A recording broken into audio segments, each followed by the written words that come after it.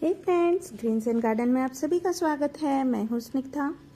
आज मैं आपको कुछ फर्टिलाइज़र के बारे में बताऊंगी जो मैं अपने पौधे में यूज़ करती हूं। उसे कब और कैसे यूज़ करना है और उसके क्या क्या फ़ायदे और नुकसान हैं, मैं आज आपसे यही शेयर करने वाली हूं, तो वीडियो के अंत तक बने रहिएगा। सबसे पहले हम बात करते हैं DAP के बारे में, जिसे कि डाई अमोनियम फास्फेट कहते हैं, जिसमें 18% नाइट्रोजन और 46% फॉस्फोरस होता है। फ्रेंड्स, ये केमिकल फर्टिलाइज़र है और प्लांट्स की ग्रोथ को इंक्रीज़ करने के लिए इसका यूज़ किया जाता है। बहुत ही कम रेट में मार्केट में मिल जाता है। बहुत ज़्यादा क्वांटिटी में आप इसे पौधे में नहीं यूज़ करें, नहीं तो जो प्लांट्स की जड़ें हैं वो डैमेज हो सकती है और जो सॉइल के न्यूट्रिशन है वो भी, उसमें भी कमी आ सकती है। तो मैं सीजनल फ्लावर में जब मैं मिट्टी रेडी करती हूँ तो इसका यूज़ करती हूँ। इसके अलावा डायरेक्ट गमले के साइज़ के अकॉर्डिंग, अगर आपका गमला 12 इंच का है तो कम से कम 15 से 20 दाने आप यूज़ कर सकते हैं। डायरेक्ट प्लांट की जड़ों में नहीं डालना है, गमले के चारों तरफ इसे नीम में आप डाल सकते हैं। नेक्स्ट है एप्सम सॉल्ट। ये बिल्कुल सफ़ेद क्रिस्टल के जैसा और थोड़ा सा दरदरा होता है। देखिए, मैं आपको दिखाती हूँ, ये देखिए, इसमें थोड़ा सा भी स्मेल नहीं होता और ये प्लांट्स की ग्रोथ और उनकी लीफी ग्रोथ के लिए बहुत अच्छा फर्टिलाइज़र है।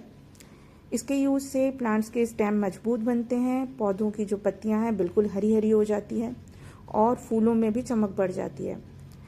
एक्चुअली प्लांट्स में मैग्नीशियम और सल्फर की जो कमी होती है, इसे डालने से वो पूरा हो जाता है।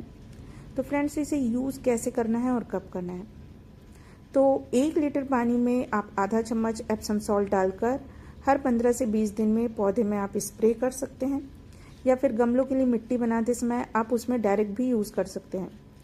इसे यूज़ करने के लिए आपके प्लांट्स में फोटोसिंथेसिस बहुत अच्छे से होता है, रूट्स बहुत अच्छे से और तेज़ी से फैलते हैं, लीव्स का जो पीलापन का जो प्रॉब्लम आता है वो भी इससे ख़त्म हो जाता है। बहुत कम लेकिन एंटी फंगल के भी गुण होते हैं, जिससे फंगल इन्फेक्शन और छोटे छोटे कीड़े जो लगते हैं उनसे हमारे प्लांट्स बचते हैं, लेकिन बहुत ज़्यादा इसे यूज़ नहीं करना चाहिए।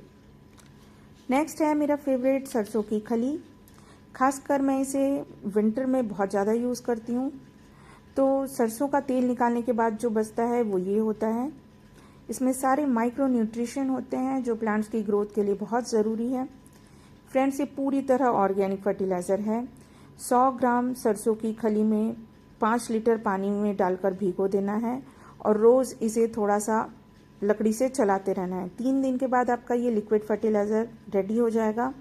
डायरेक्ट इसे गमले में नहीं देना है, छानकर एक मग में कम से कम 5 लीटर आपको पानी मिलाना है और इसे डाइल्यूट करना है। उसके बाद आप इसे प्लांट्स में दीजिए और इसका रिजल्ट बहुत अच्छा मिलता है।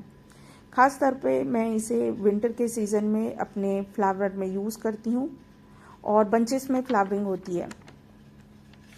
फ्रेंड्स, नेक्स्ट है मेरा ये नीम का खली। इसे मैं सॉइल बनाती हूँ जब उसमें डालती हूँ, और फ्रेंड्स इसमें एक तो फंगस नहीं लगता है प्लांट में और पेस्ट भी नहीं होता है, और इसके अलावा ये फर्टिलाइज़र का भी काम करता है। मिट्टी के न्यूट्रिशन को बहुत अच्छा हेल्दी रखता है और रिच बनाता है। अगला है, ये आप देख रहे हैं, ये है बोन मील। अगर आप नॉन वेजिटेरियन हैं तो आप बोन मील अपने प्लांट्स में ज़रूर यूज़ करें। बोन मिल में फॉस्फोरस और कैल्शियम भरपूर होता है। इससे प्लांट्स के रूट मजबूत बनते हैं और उनकी ग्रोथ है वो काफ़ी तेज़ी से होती है। स्पेशली फ्लावरिंग प्लांट्स के लिए बहुत अच्छा होता है, लेकिन अगर आप वेजिटेरियन हैं तो आप बोन मिल की जगह आप रॉक फॉस्फेट भी यूज़ कर सकते हैं। रॉक फॉस्फेट भी प्लांट्स के लिए बहुत फ़ायदेमंद होता है। तो चलिए मैं आपको नेक्स्ट बताती हूँ। ये है मेरा ह्यूमिक एसिड। मिट्टी में न्यूट्रिशन की जो कमी होती है, इसे डालने से वो पूरी हो जाती है। ये सॉइल में मिलकर बेनिफिशियल माइक्रो ऑर्गेनिज्म की क्वालिटी को बढ़ाता है, मतलब जो लाभकारी सूक्ष्म जीव होते हैं उनकी गुणवत्ता को बढ़ाता है। पौधों को सूखने से बचाता है। रिपोर्टिंग करते समय पौधा शॉक में ना जाए, अगर आप इसे डाल देंगे तो वो पौधा शॉक में नहीं जाता है। देखिए, दिखा रही हूँ मैं, ऐसे पैकेट्स में मिलते हैं ये। इसके अलावा प्लांट्स के स्टेम को मजबूत बनाता है। तो इसे यूज़ कैसे करें? इसे आप डायरेक्ट मिट्टी में भी मिला सकते हैं, या फिर पानी में डाइल्यूट करके आप इसका स्प्रे भी कर सकते हैं, या फिर मिट्टी में भी डाल सकते हैं। नेक्स्ट है सीवेड एक्सट्रैक्ट, मतलब समुद्री शैवाल। यह एक प्रकार का समुद्री पौधा होता है जो न्यूट्रिशन से बिल्कुल भरपूर होता है। इसमें nitrogen, phosphorus, potash, iron, calcium, zinc, boron और मैग्नीशियम होता है, जो प्लांट्स की ग्रोथ के लिए बहुत अच्छा फर्टिलाइजर माना जाता है। 100% ऑर्गेनिक फर्टिलाइजर है। प्लांट्स और नेचर के लिए सबसे अच्छा है। फूलों और पत्तियों की चमक को बढ़ाता है। फल में और सब्जियों में हर प्लांट्स के लिए फ़ायदेमंद होता है। तो फ्रेंड्स, लिक्विड और ग्रैनुअल दोनों ही फॉर्म में आता है। देखिए, आप देख रहे हैं मेरे पास ये लिक्विड फर्टिलाइज़र है और हर 15 से 20 दिन में मैं इसे यूज़ करती हूँ। तो इसे यूज़ कैसे करना है? तो 1 लीटर पानी में कम से कम 2 ml मैं इसमें डालती हूँ, और या तो मैं इसकी जड़ों में डाल देती हूँ या फिर स्प्रे कर देती हूँ। फ्रेंड्स, इससे कोई नुकसान नहीं होता अगर ये थोड़ा सा इसकी मात्रा ज़्यादा हो जाए तो नेक्स्ट है मेरा ये वर्मी कंपोस्ट। हम सभी जानते हैं वर्मी कंपोस्ट केचुए से रेडी होता है। मार्केट में या नर्सरी में बहुत ही रीजनेबल प्राइस में मिल जाता है। मुझे तो खैर 10 रुपये और 12 रुपये किलो में मिल जाता है। गमले में जब मैं मिट्टी रेडी करती हूँ तो 1 पार्ट गार्डन की सॉइल, 1 पार्ट रेत और 1 पार्ट मैं वर्मी कंपोस्ट का रेशियो रखती हूँ। इससे मेरी जो मिट्टी है वो बहुत ही रिच सॉइल उसकी रेडी होती है। मिट्टी की मेरी क्वालिटी अच्छी हो जाती है। फूलों और जो फल हैं उनकी क्वांटिटी बढ़ जाती है। तो ये काफ़ी प्लांट्स के लिए फ़ायदेमंद होता है। और ये जो आप देख रहे हैं ये है मेरे गोबर के उपले। फ़िलहाल मेरे पास अभी गोबर की खाद नहीं है। फ्रेंड्स, आप जब गोबर की खाद लें तो श्योर करें कि कम से कम 1.5 से 2 साल वो पुराना होना चाहिए। ताज़ा गोबर या 3-4 महीने वाला गोबर अगर आपने खाद समझकर डाल दिया तो जड़ों को नुकसान पहुंच सकता है, पौधे जल भी सकते हैं, उनकी जड़ें खराब हो जाएगी। तो फ्रेंड्स, मेरे पास ये उपला है और ये 2 साल पुराना है।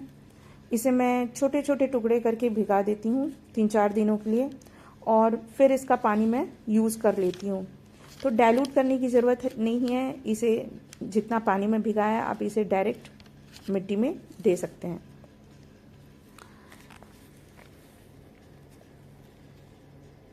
नेक्स्ट है फंजीसाइड। तो फ्रेंड्स, फंजीसाइड बहुत सारे कंपनी के मिलते हैं। तो मेरा ये साफ का फंजीसाइड है। इसे यूज़ करने से प्लांट्स में फंगस नहीं लगता। खास तौर पे बारिश में फंगस का अटैक ज़्यादा होता है। तो 15-20 दिन में अगर आप अपने प्लांट्स में इसे देते रहेंगे तो कभी भी फंगस नहीं लगेगा। प्लांट्स फंगस की वजह से ख़राब नहीं होंगे।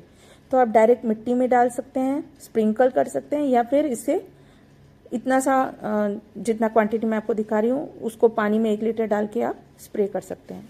नेक्स्ट है नीम ऑयल। पौधों में इसे माइट्स, मिलीबग, एफिड से बचाने के लिए इसका यूज़ करते हैं। 1 लीटर पानी में 2 ml नीम ऑयल और कोई भी लिक्विड सोप मिक्स करके आप इसे अपने प्लांट में दीजिए। तो कीड़े जो प्लांट्स को ख़राब करते हैं उससे ये बच जाएगा। तो ये आपके पास ज़रूर से होना चाहिए।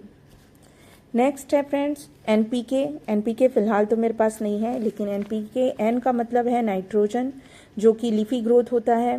P का मतलब होता है फॉस्फोरस जो रूट डेवलपमेंट के लिए बहुत अच्छा होता है, और K का मतलब है पोटाश जो कि फ्लावर्स की क्वांटिटी और क्वालिटी दोनों के लिए होता है। तो अलग अलग टाइप के NPK मार्केट में मिलते हैं, जैसे 19-19-19 या 12-61-0 या 0-52-34 और भी बहुत सारे। तो अलग अलग पौधे की ज़रूरत के हिसाब से इसे यूज़ किया जाता है। तो फ्रेंड्स, आज के लिए बस इतना ही। आई होप आपको मेरा ये वीडियो पसंद आया होगा। तो प्लीज़ मेरे वीडियो को लाइक करिए, मेरे चैनल को सब्सक्राइब करिए और ज़्यादा से ज़्यादा लोगों के साथ शेयर करिए। तो फिर मिलते हैं किसी नेक्स्ट वीडियो में किसी नेक्स्ट टॉपिक के साथ। तब तक के लिए बाय बाय, हैप्पी गार्डनिंग।